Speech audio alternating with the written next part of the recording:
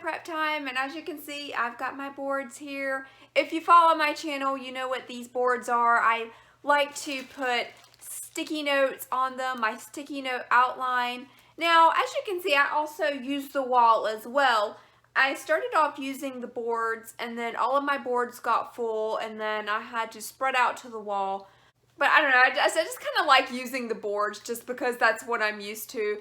And I can just kind of sit down and do this rather than standing and trying to, you know, find a place for all the sticky notes. But yeah, so what I have done is I took the Rachel and Chase story off these two boards. This board was the completed scenes board. This board was the planning board.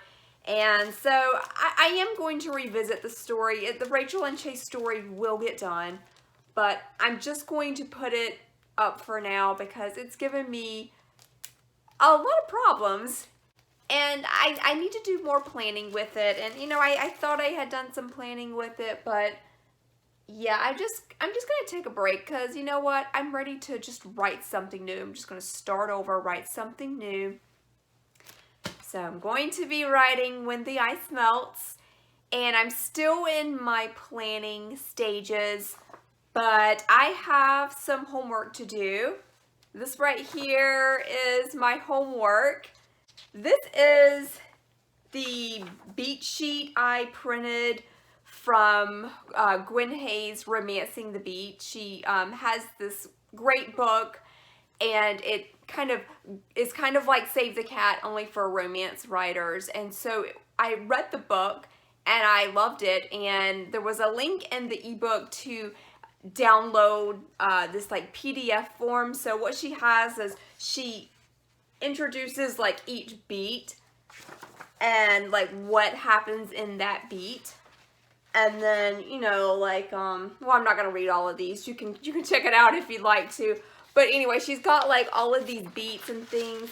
And so then what she has is there's this section where you write out your own stuff. So, you know, writing up the introduction and the meet cute and all these other different beats that she has come up with. So that is my homework. That's what I'm going to be doing. I'm going to be working on this beat sheet. So I'm going to go through and figure some things out. Now, hopefully I can figure out what's going on in my story, because I still have some things I need to work out, especially with the black moment. You know, the black moment, like I hate the black moment in stories. When I'm reading a romance book and I come to the black moment, a lot of times what I do is I put the book down and I'm like, I gotta take a break from it because like I don't want to read the black moment. Even though I know the book is going to end happily, I'm still just like, I don't want to read that part, you know. And so like writing is almost the same, like writing the black moment is almost kind of like the same. It's kind of like, But I mean, it's necessary. You have to do it. I mean, and it works. So it really does work for the stories. But anyway, so I've got things to figure out. I still need to print out my character sketches, which I haven't finished doing my character sketches yet. I've done some of it, but I'm still figuring out stuff. So still brainstorming. So I still need to figure out some stuff about my characters and print that out. And also my scene ideas. I've got a lot of scene ideas written down. I don't have them all down yet because, like I say, I'm still working on my story. So I need to print those out. So I will be doing that soon because I can't do the outlining portion of the prepping until I get all of those scene ideas down. So I've also printed my calendars, which if you watch my channel, you know I like to have a calendar too when I do my outlines. So this story is going to take place, I just picked a random calendar year. Actually, no, that's not true. When I wrote this first story in the Storm series, I picked 2020, which was when I picked that year. I did not know how sucky that year was going to be. And the story doesn't actually take place in 2020. I just used the calendar days to guide me, like on, you know, what days like certain holidays fall and things like that.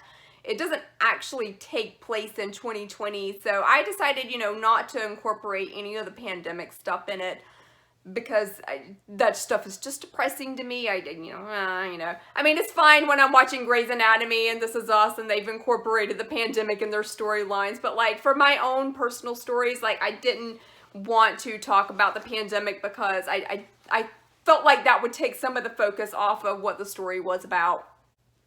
Maybe I'll do a pandemic story at another time, but I'm getting off track. Let's see, what was I trying to say? So yeah, the Storm Chaser story I had take place in the calendar year of 2020, and then the story ends, the epilogue happens in 2021 of the next year, and Melissa's story takes place the next year in January at the start of the year. So January 2022 is going to be when Melissa's story starts, and I don't know how long the story is going to last, like, as in, I think it's going to be like a January through April kind of story, or January through March, but I've just printed out January and February 2022 calendars for now. I printed them out because I don't have an actual 2022 calendar to use yet. So I'm going to put these on my board. Let's see, I'll put it on there right now. So go January 2022. And so when I start planning out my story, when I start planning out the scenes for January, this is going to really help me out a lot. You know, I can kind of keep track of time in my story, so that helps me out a lot with that. Okay, so this is like my station right here. I showed you this, I think, in the last video or the video before that. But I have like my Storm Chaser story, which is story number 1. I have been doing edits on it. I'm still doing edits. I'm still working on it. I got like this much to do, so I'm making progress. But I have like these little, can you see it? Like these little sticky tag things, and those are just things I need to revisit in the story. And then like I've also made a list of like scenes and things that I need to go back to and like research. The great thing about editing my first story while I am prepping for my second story is that I have been able to go back to the first story and add little things, like little hints and things for the next story.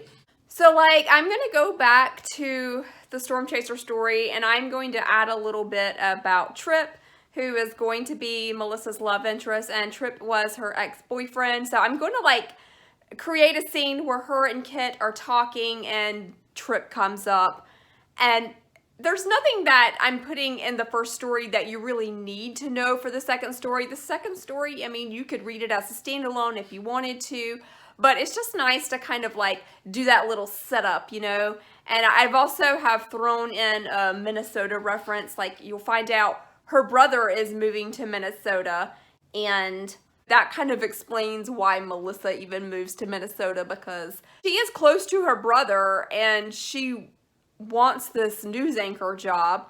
And that's the only reason why she even looked at Minnesota for job opportunities, was because her brother lived there and she's really close with her brother. So it's nice to kind of like add in some references to story number 1 that can kind of lead to story number 2. I don't know if that makes sense, but I am really like loving this series. It's going to be a lot of fun to write. I can't wait to write it.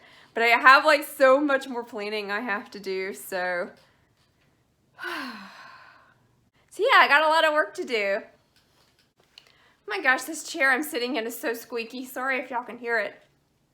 All right, so I've got my beat sheet right here. I'm gonna get to work on it, and I guess I will see y'all next week. I'll be back with another NaNoWriMo prep video.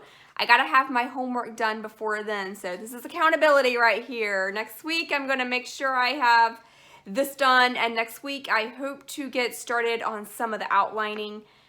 And if I don't get started on some of the outlining, then at least the character sketches. Yeah, I gotta finish the character sketches too. So I will see y'all next time. Make sure to subscribe if you don't want to miss that next channel. You can also hit the bell notification and you'll be alerted when I upload. All right, I'll see y'all next time. Bye.